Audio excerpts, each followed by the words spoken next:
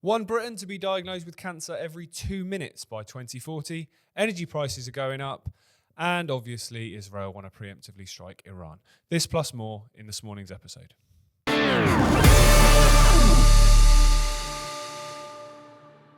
Well, welcome to the episode this morning, everybody. I hope you're having a great week so far. We've got some interesting stories to run through today.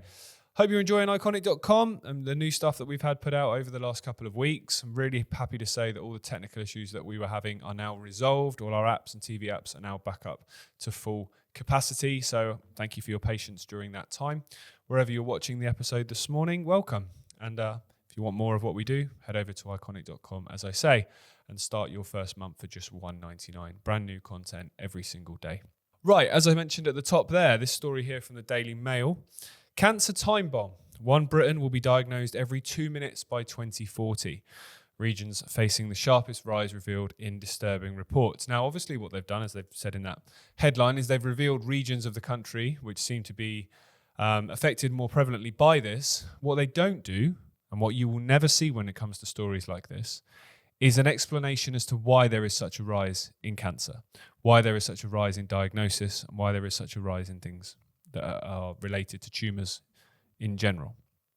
They don't want you thinking about that. They don't want you looking there, because if you do, you'll start to ask some legitimate questions about how the world may have changed in the last few decades. Because as with many things, if you have a situation where there's not a problem, and then all of a sudden there's a problem, you look and go, what's changed between there not being an issue and there being an issue? And most of the time, you will find the answers to the problem in that question. What's changed in that period in between? You know, for example, if somebody's fit, strong and healthy, and then all of a sudden they become fat, overweight and unfit, and in that middle period, they stopped eating well and they stopped training and they started eating a bunch of rubbish, well, that's clearly what's caused the problem, isn't it? That's what's changed from when things were good. So when it comes to this explosion in the last 25 years, really, in certain cancers, but particularly the last few, you can look at lots of things that have changed in our societies. I don't believe there is one answer to this. I think there's multiple factors. It's almost like being under assault from lots of different angles, because you know, there's people that will look at one particular area, and you know, the COVID vaccine, for example, is an area that people have looked at and asked questions about these turbo cancers that particularly young people seem to be getting since the rollout of that. Absolutely, that has a factor. However, the rise in cancer was already rising previous to that, so it's certainly not just down to that. That's a contributing factor, of course, and it seems to be a contributing factor in what they call the turbo cancers that seem to come and, you know, you're gone very quickly. But the ones that have been around for a long time, those figures have been on the rise consistently. I remember when I was a kid, the TV adverts were 1 in 4, then it's 1 in 3, and they're talking about 1 in 2, and in this story's case, one being diagnosed every 2 minutes. So the most common cancers, which it says are reaching unprecedented levels or will reach unprecedented levels, are breast, prostate, and lung. Now, prostate cancer is obviously most prevalent in men. Now, given what the prostate's functionality is, as an advocate and a speaker on health subjects, I have two theories as to what's causing the rise of this. One is the heavy refined diet, toxic food diet, because that's causing the prostate to have to work considerably harder. The other one is mobile phones and having your phone in your back pocket, your side pocket, all of which is emitting radiation very close to those areas of your body. You know, lung cancer, you can look at and go, okay, well, what am I breathing in? How is the atmosphere? How is the air? How is the toxicity within the oxygen I'm breathing? How has that changed? Well, we know that there is a lot more pollution in the air. We know there is a lot more toxins and forever chemicals in the air and in the environment, coming off of household chemicals, domestic cleaning products, furniture, that wasn't there previously. So that's going to be a contributing factor to that. So this is something that has clearly been happening in the background, in the sense of it's been happening, but it's not been anywhere near as highly discussed as it should have been or could have been. But all of a sudden, it's getting to the point now where it can't be ignored, because people are starting to notice and acknowledge and go, hang on a minute, this is insane now. This is absolutely insane, given we are supposedly at the pinnacle of human evolution, we are at the pinnacle of health and medical discoveries, yet this, essentially a fungus-related disease, is still taking the lives of so many, including people that every single one of us this morning will know. So this, to me, is not something that is happening by accident. It's something that is being allowed to happen. If you introduce a lot of chemicals into the environment that you know are going to have side effects, it's going to cause health issues. If you're going to introduce a number of toxic, highly processed foods into the environment, you know it's going to have a number of issues. And on the flip side of that, if you are reducing the nutrients available in even the better foods, the organic foods, because of the attacks on the soil, the attacks on the meat industry, the attacks on farmers and so on, so people are having to cut corners or feel like they're having to cut corners and not put as much emphasis on the highest quality because they're simply trying to survive, that's going to have a detrimental impact on health. And a big one, which doesn't get talked about anywhere near as much as it should, is how much more stressful people's lives are today than they would have been a few years ago, and how much unhealthier our lifestyles are than they would have been just a couple of decades ago, where people, particularly, men that were mainly the ones doing work not too long ago, you were doing physical related work, you were active. Now people are sat down all day. You had people that would have walked to work and had home cooked lunches that were made. That doesn't happen anymore. People go to the burger stands or the fast food shops to get their lunch. They're driving to and from work, sat in traffic, surrounded by all those fumes, stuck in that little box rather than outside getting fresh air and exercise. So there's so many things that have changed in our lifestyles in the last few years, which are leading to negative health repercussions, and this is one. And the fact that this isn't one of the top stories, in the last couple of years, we've made a few bits of content related to health, and two of the biggest things, in my opinion, that are fundamental to the health of the planet, and two things that we need to talk about are this and fertility, because both of them are essentially silent killers, in the sense of fertility is going to stop people being born, and cancer is taking the lives of so many people. And when I say silent killers, what I mean is the true impact they are having isn't discussed. We all know people that have lost their lives through cancer. So it's it's not silent when it comes to your personal experience of it, but it's silent in the sense of how many times is this the key issue that's talked about by a health secretary, by a Department of Health? It's not. Same with fertility, yet both of them are some of the biggest things that we need to be talking about, and understanding why the trajectory for them is a negative one, is going in the wrong direction.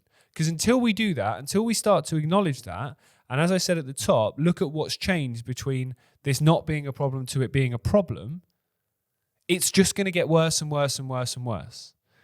And that's why we're seeing across the board the health of the planet get worse and worse and worse and worse, because that's by design. Of course, we speak about this on a regular basis. But when it comes to this particular story and this particular subject, not only are the numbers rising to a point that it's just insane, it's also the ages of people. It's now younger people. It's now children that this is starting to affect. That just goes to show how important this is for us to talk about. It's so important. So we talk a lot on this show about ways that we can push back, ways that we can find solutions to some of the problems that we discuss. Well, health is one of the easiest places to start, because you choose what you put in your body. You choose what you eat, you choose what you drink. And every time you do that, you are making a decision whether you're doing something for the benefit of your body or for the detriment of it. Now, we know that the system wants you to choose the latter, because then you become a customer for life. You become another statistic in stories like this. So by doing the opposite of that, by taking a bit of, control when it comes to your health and what you put into your body, you're immediately resisting the system. You're immediately resisting the cult's agenda for you and for humanity.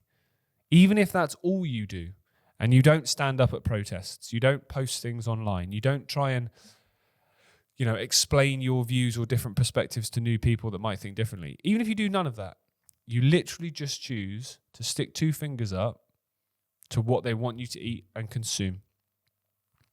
That's a symbol of resistance. That is 100 times more than the vast majority. Because unless we start doing that, these kind of statistics are just going to get even more out of hand and even more unprecedented than they already are. Right, moving on, but staying here in the UK.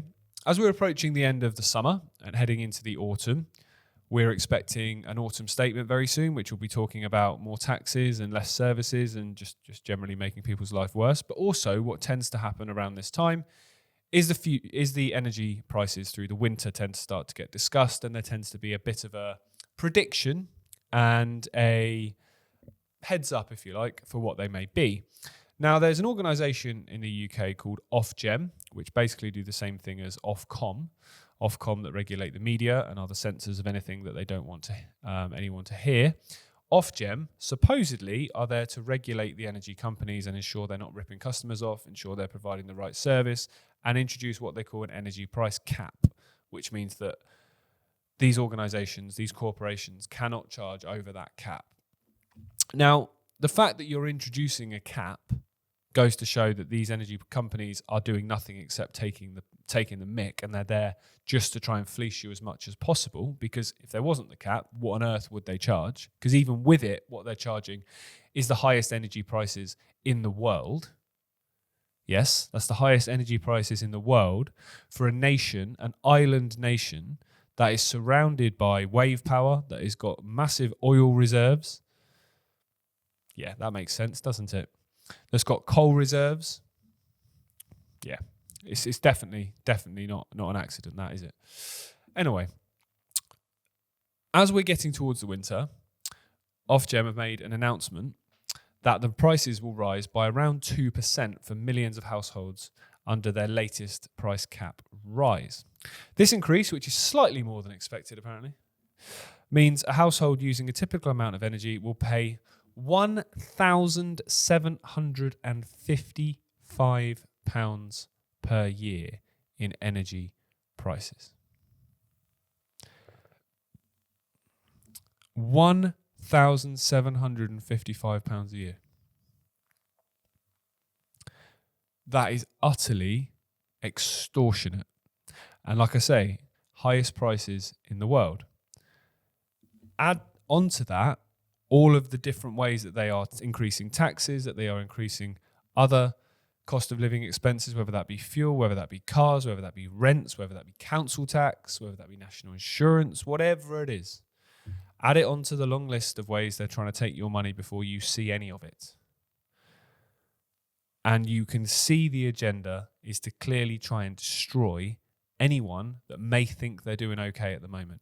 Anyone that may have their head above the parapet, anyone that may be getting by. They want more and more and more of that to pull you into that level of poverty. Now, the reason I think this is important to talk about is because there's two aspects to this. So one of the key ways they have manipulated people's minds into believing that these kind of things are acceptable is this fake narrative of human-caused climate change, right? So human-caused climate change is a complete scam from the moment it was conceived. It has not got a shred of evidence surrounding it. The carbon dioxide in the atmosphere is 0.04%, right, of the Earth's atmosphere in terms of gases. The human contribution towards that is about 11% of the 0.04%, right? Do you really think that's what's going to change the temperature of the planet? Carbon dioxide is quite literally the gas of life. We breathe it out, plants breathe it in. More carbon dioxide means greener planets. It means a greener environment. It means more lush forests. It means greater crops. The fact that you have been, well, I'm sure not you if you're watching this, but the fact that people have been convinced that one of the key gases of life, that without it we would have nothing, is somehow the enemy, is truly astonishing. Now, this is where there's a huge grey area that never gets discussed. You have extreme hard, right, left in terms of opinions on this. So you have people that say everything should be net zero, right? Everything should be net zero. Carbon dioxide should be banned. Flying should be banned. Your car should be running on refined vegetable oil or whatever it is. Heating pumps, insulated houses, all of that. We should not use no carbon dioxide whatsoever. You then got the other side, which is, do whatever you got to do. Who cares? Well, the shade of grey in the middle, which is, can we create an environment where the air that we breathe is cleaner and full of less pollution? Yep, of course. Anyone that's watching this that's ever been to Los Angeles will know when you look up into the sky in LA, you can't even see clouds. You just see a thick black smog of pollution above the city. It's horrible. Is that good for our health? No, absolutely it's not. So can we reach a situation where we reduce pollution and we have cleaner air? Is that of the benefit of our foods and our crops and our health and our lung health and so on? Yeah, of course it is. Of course it is. Do you need to go to net zero and to the extremes where you're driving people into poverty? You're destroying one of the gases of life. You're taking people's ability to travel. You're taking people's ability to live the lives that they live now. You're taking that away. Do we need to do that? Absolutely not. Absolutely not. That's insanity, and it's all based on a lie. And that really is at the root of these energy prices, because people accept this and they suck it up and they get told that the reason these prices are the way they are is because of the reliance on fossil fuels. Complete scam. Absolute scam. The Russian war in Ukraine is the reason for the energy price rise. Again, absolute scam. If that was the case, then why, during that period, were energy prices going up to the point of absolute insanity? Why, during that period, then, were energy companies making record profits? Because if their costs go up and they've just passed that cost on to you, surely their profits remain the same. But no, their profits doubled. So if they've doubled your price and their profits doubled, their costs haven't doubled, have they? That makes no sense. Again, it's a scam. Complete scam. And the reason this is important to highlight is because I think coming into winters, we need to be more aware of those around us. We need to have more of a community attitude, because community and human beings coming back together and supporting one another is one of the key ways we're going to get out of this mess. So, I'm sure you will have people in your town, in your village, in your street that maybe fall into the category of being vulnerable when it comes to the colder weathers, having choices between heating and eating. Well, I think as a community, we need to be more out there with helping these kind of people, whether it be taking meals round, whether it be inviting them round for food, whether it be, helping contribute if we can, whether it be starting community groups where maybe people chip in bits and pieces to try and support these kind of people. That's what will get us around this mess. Community. Communities have been driven apart for decades to create this feeling of isolation. And many people do feel completely isolated. They don't know the people that live literally next door to them. The way, or one of the ways to counteract this attack on us and this attack to divide us, is to bring back that community spirit, bring back that situation where people look out for one another. There would have been a time not too long ago when people didn't even lock their front doors because of the trust people had in that community vibe. We've lost it and we need to get it back. And stories like this, where people around us are going to need support, they're going to need help, that's where communities thrive. That's where communities come together and they support those who need support. They help those people who are vulnerable. So this winter, wherever you are in the world, wherever you are in the UK, if you're in a position to be a bit of a community leader and start to help bring people together, start to help support those who are vulnerable, then let's get up and do it. I certainly will be in my village. Let's get up and do it and try and make this system obsolete. We know it's failing. We know it's designed to fail. We know it's there to do nothing but fail us. But that community, that human spirit, that innate consciousness that we all have to want the best for each other, we can stick two fingers up to the system and we can go around it and we can go straight to source and help those people around us that need it. We know the system's not going to do it and it's not going to help us if we need it, but we can help each other on that human level. Right, final story this morning. A few weeks ago, when the peace deal, if you like, or the agreement was reached between the US, Israel, and Iran, we said that peace was not the outcome, and therefore something was always going to happen to ensure that that peace was a very finite peace. It wasn't there for very long. It was something that was very temporary. Sorry, I was going to ensure it wasn't a finite peace. So this story here, Israel urges Washington to allow preemptive attack on Iran. Israeli Colonel Jack Naraya, a former intelligence officer and special analyst for the Middle East, warned on Sunday that an impending second round of war between Iran and Israel, as Tehran weighs a revenge attack on Tel Aviv. Evidence for which? Absolutely nothing. There's a sense that war is coming, that Iranian revenge is still in the works. The Iranians will not be able to live with this humiliation for long. Israel must launch a preemptive strike against Iran in its present state, as a large part of its military capabilities are paralyzed. Okay, so essentially what you're saying is we've humiliated them and they're not going to put up with it for very long, so let's try and go at them again. That will bring about peace. Anyone want to chime in on that one? Think that makes any sense whatsoever? Of course it doesn't. Of course it makes no sense. Not meant to make sense. They want peace, they want war. They've been poking in the chest consistently, waiting for a reaction. And the Iranian regime will be owned as much as the rest of them. However, they are trying to poke and poke and poke to ignite a reaction. They've done it for years. It's absolutely ridiculous. And it's something that is so predictable. That's one thing these guys are, this cult. They are very predictable. And the reason that it's easy to predict them is because the tactics that they use most of the time go unnoticed. People don't call it out. People don't even notice what they're doing. So as a result, they just rinse and repeat and do it again. If it's worked 5 times, let's try it for a 6th. And we've seen the situation in the Middle East where this tactic has been used time and time again.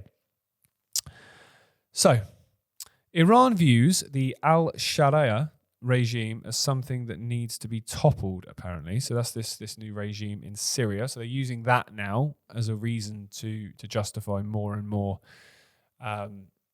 attacks on Iran. It's very interesting that this new supposedly, far-right Islamist regime in Syria are cozying up to Israel. Again, that makes perfect sense, doesn't it? Yeah. Don't look there. Absolutely nothing to see whatsoever. Security sources in Tel Aviv said Israel is making preparations to launch a harsh preemptive strike on Iran, but is holding back for the green light from Washington. So what it's holding back for is confirmation that if Iran fight back, which they will, Washington will fight on Israel's behalf, because that's what Israel do. They chuck a hand grenade into the room and then leave and hope the Americans do their fighting for them. One thing that's been beneficial about all of this is more and more Americans are waking up to the fact that Israel's probably not their greatest ally. Israel did 9/11. Israel attacked USS Liberty, and there's a number of pieces of evidence to show that Israel have attacked US troops in the Middle East as well. The amount of money that goes over to Israel from US taxpayers and the amount of additional money that comes in to Israel via US military support or military support with boots on the ground, airstrikes and so on. I think more and more Americans are starting to wake up to this fact. And that's the one good thing that's come out of this whole situation, is that naivety that Israel is our greatest ally and we must support them to our detriment. That ideology is starting to go.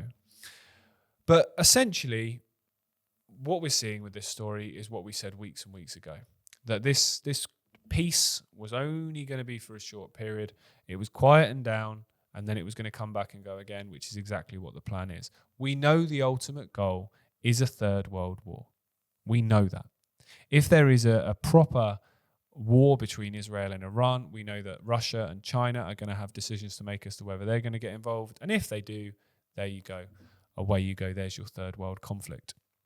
Now, again, this sounds very doom and gloom. This sounds very negative.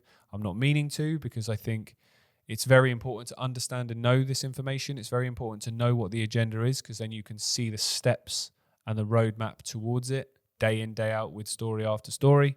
So people will be waking up to this story going, oh, what on earth, this again? It's like, oh, I thought it was peace. Like, no. As we pointed out on this show, peace was only ever temporary, because the outcome they want is not peace. So as we say, always, there is no war if no one turns up to fight. The people that actually have the power in these situations are the military personnel, the boots on the ground, the fighter jet pilots, the Navy captains. If you refuse to follow your orders, if you refuse to go and kill somebody in a country that isn't yours, who you've never met, who you personally have nothing against whatsoever, if you stop doing that, if you refuse to take part in that charade, this all stops. This all stops. If Netanyahu wants to go to Iran and have a war, tell him to get on his jet and fly to Tehran and have a punch-up. But he's not going to do that. He's going to send your sons and daughters to go and do it. Your mums and dads, your brothers and sisters to go and do it. Because that's what leaders do. They're not leaders. They're cowards. They're figureheads. Can you imagine Keir Starmer leading anyone anywhere?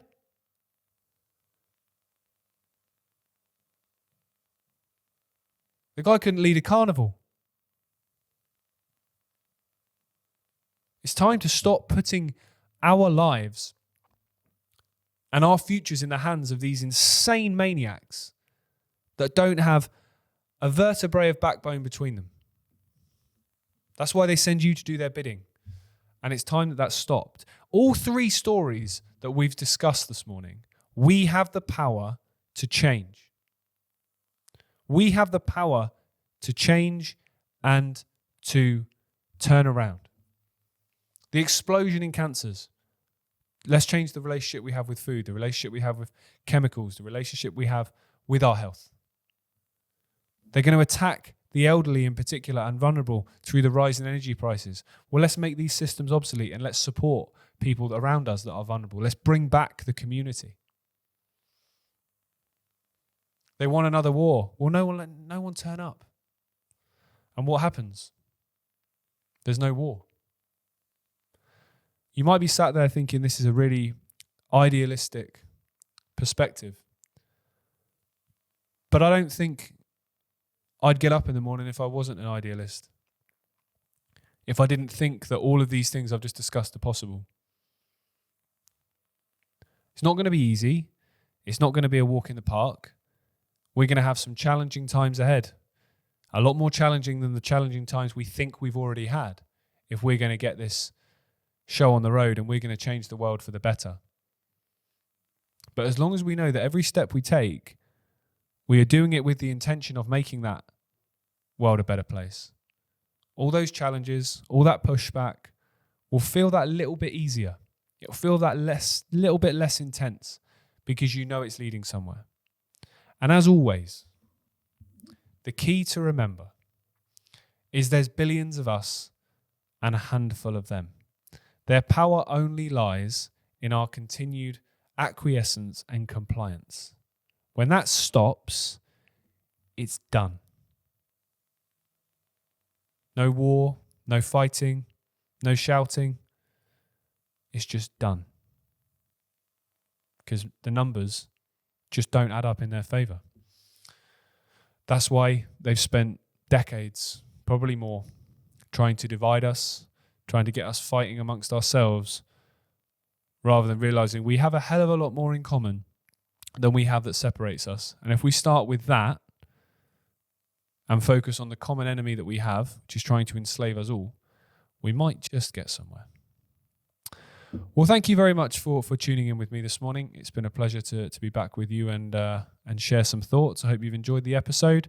Head over to iconic.com if you want to hear more of what we do. Gareth Show will be available later on this evening. He's got Kit Knightley on from Off Guardian and Warren Thornton, former UK military sniper, to talk about the current geopolitical situation. So if you want to head over to Iconic, do that now. Links in the description. Start your first month for just $1.99. Gareth and Rich will be back with you tomorrow morning. Until then, have a fantastic Wednesday wherever you are. See you soon.